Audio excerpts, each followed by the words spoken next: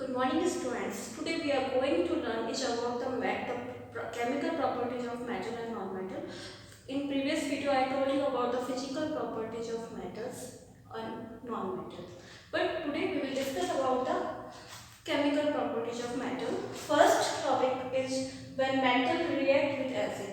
कि what will happen if metal react with acid? कि अगर metal acid के साथ react करता है तो क्या होता है?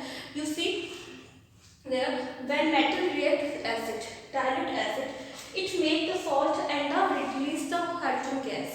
कि जब भी मेटल किसी भी एसिड के साथ रिएक्ट करता है तो वो सॉल्ट बनाता है और हाइड्रोजन गैस को रिलीज करता है. For example you see there when Fe, it is a common name of iron, it is a symbol of iron. Fe react with hydrochloric acid and make the ferric chloride and reduce the hydrogen gas. Second reaction, magnesium, it reacts with hydrochloric acid and gives the magnesium chloride MgCl2 and also release the hydrogen gas. In this reaction, we see the order of metals react with hydrochloric acid acids is magnesium is higher reactive. Generally magnesium यहाँ पर ज़्यादा react करता है then aluminium, फिर zinc and acid. यहाँ पर next आप देख सकते हैं magnesium chloride. Magnesium react with nitric acid HNO3 nitric acid, it make the magnesium nitrate and also release the hydrogen gas.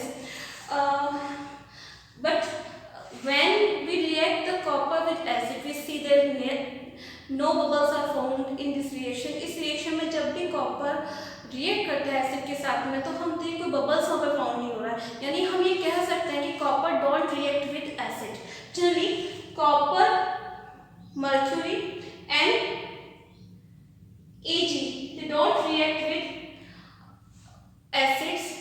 ये एसिड के साथ में रिएक्ट नहीं करते हैं. आप नेक्स्ट देख सकते हैं सेकंड रिएक्शन है metal react with other metal solution. कि जब कोई मेटल किसी दूसरे मेटल सॉल्यूशन के साथ में रिएक्ट करता है तो क्या होता है, जनरली सारे के सारे मेटल्स हैं उनका जो रिएक्ट करने का जो टेंडेंसी पाई जाती है वो इक्वल नहीं होती है. आप यहाँ पर देख सकते हैं मेटल ए, यानी कोई मेटल है ए और मेटल बी का हमने साल्ट सॉल्यूशन बनाया. अगर मेटल ए को मेटल बी के साल्ट सॉल्यूशन के साथ हम रिएक्ट करते तो हम देखते हैं कि सॉल्यूशन मेटल ए का बनेगा और मेटल बी वहाँ पे इजीली आपको अलग से कर देगा. यानी हम कह सकते हैं कि इस तरह की रिएक्शन में क्या होता है, जो मोर रिएक्टिव मेटल्स होता है वो लेस रिएक्टिव मेटल्स को उसके सॉल्यूशन में से डिस्प्लेस कर देती है. यानी इस रिएक्शन के बारे में हमने पढ़ा था फर्स्ट चैप्टर में डिस्प्लेसमेंट रिएक्शन में.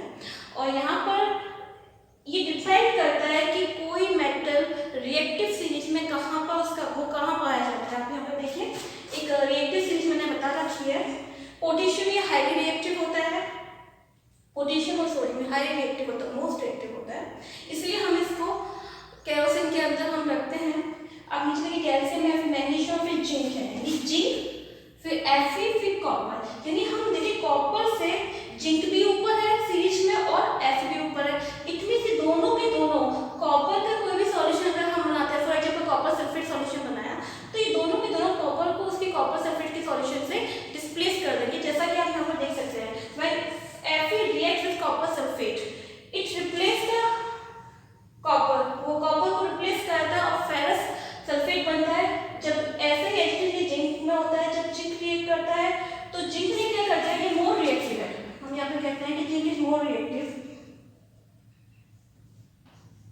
ये मोर रिएक्टिव है और कॉपर यहाँ पर लेस रिएक्टिव है.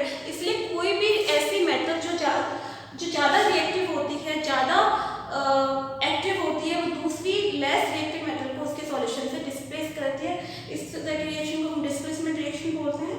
और ये रिएक्शन बेस्ड होती है कि कोई भी मेटल रिएक्टिव सीरीज में कहाँ पे है. अगर वो ऊपर की तरफ है तो नीचे आने वाले, अपने से नीचे आने वाले हर मेटल को उसके सॉल्यूशन से वो डिस्प्लेस कर देगी. इसके बारे में आपने 9th क्लास में पढ़ा था कि हमने क्या करा, एक बीकर लिया. बीकर के अंदर हमने कॉपर सल्फेट को कॉमन नेम हम बोल सकते हैं कि ब्लू विट्रियोल बोलते हैं, इसका कलर ब्लू कलर का होता है सॉल्यूशन का, और नीलत होता है, इसको हिंदी में बोलते हैं. कि जब हम कॉपर सल्फेट का पाउडर लेते हैं, उसे पानी मिलाते हैं, उसका सॉल्यूशन बनाते हैं तो ब्लू कलर का सॉल्यूशन हमें प्राप्त होता है. अंदर अगर हमने कुछ आयरन की फिलिंग्स डाल दी, आयरन के कुछ छिलके हमने वहाँ पे डाल दिए, तो हम देखते हैं कि धीरे धीरे जो उसका कलर है वो चेंज होने लगता है।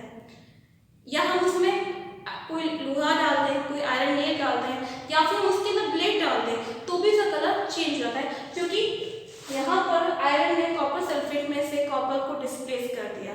सेम थिंग जिंक के साथ होता है कि अगर हमने ब्लू विट्रॉल है, कॉपर सल्फेट सॉल्यूशन है ब्लू कलर का, उसमें अगर हमने जिंक ग्रेन्यूल डाल दिया तो भी क्या होगा, उसका जो ब्लू कलर है वो वहाँ डिसअपियर हो जाएगा, गायब हो जाएगा, क्योंकि अब जो सॉल्यूशन में उसने कॉपर को उसने वहाँ से क्या कर दिया, सेपरेट कर दिया, डिस्प्लेस कर दिया। So it is a very important topic which based on the reactive stage. So that's for all today. Have a nice day. Stay home, stay safe. If you have any problem, any query, then ask to me. You can send any message. You can call me my personal number.